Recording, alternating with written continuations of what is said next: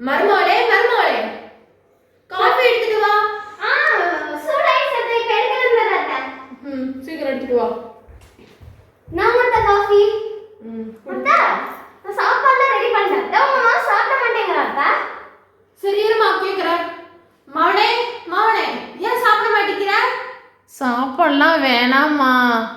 ஏன் சாப்பாடு வேணாங்கறா? என்ன செஞ்சிருக்க? சாம்பார் தான் அத்தை. சாம்பாரம்மா? ஏன் சாம்பார்லாம் சாப்பிட மாட்டியா? அம்மா எப்போ சாம்பார் வச்சான்னு கேளுமா அவளை. எப்பமா சாம்பார் வச்ச? ராத்திரி தான் அத்தை. ராத்திரி வச்சா உன்னால சாப்பிட முடியாதா? மா டெய்லி கறி மீனே திங்கணுமா?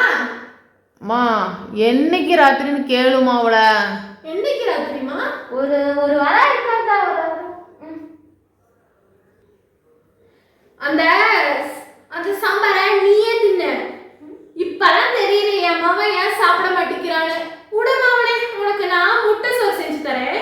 இந்த காஃபி எப்பமா போட்ட? ஒரு 5 நாள் இருக்கும்.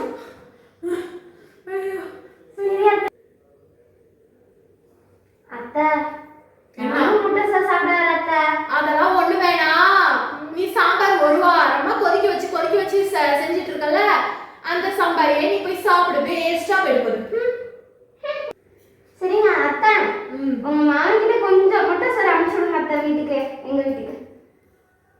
என்னது அங்க கொடுத்து விடணுமா? ஏன் அங்க கொடுத்துட்டா நீ சாப்பிடலான்னு பாக்குறியா?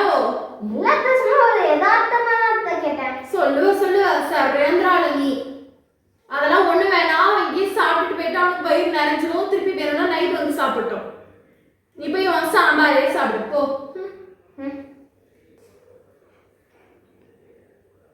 சரிங்க அத்தை, நீங்க இன்னைக்கு வந்து முட்டை சோறு செஞ்சிருக்கீங்க, அதனால கூட்டு போறேங்க. அப்ப நாளைக்கு என்ன பண்ணுவீங்க? நான் நாளைக்கு இதே சாம்பார் தான் சூடு பண்ணி வைக்க போறேன். நாளைக்கு என்ன செய்வீங்க? அந்த சாம்பார் முடியல வரைக்கும் நான் சூடு பண்ணி வச்சுக்கிறேன். அதை தான் சாப்பிடணும்.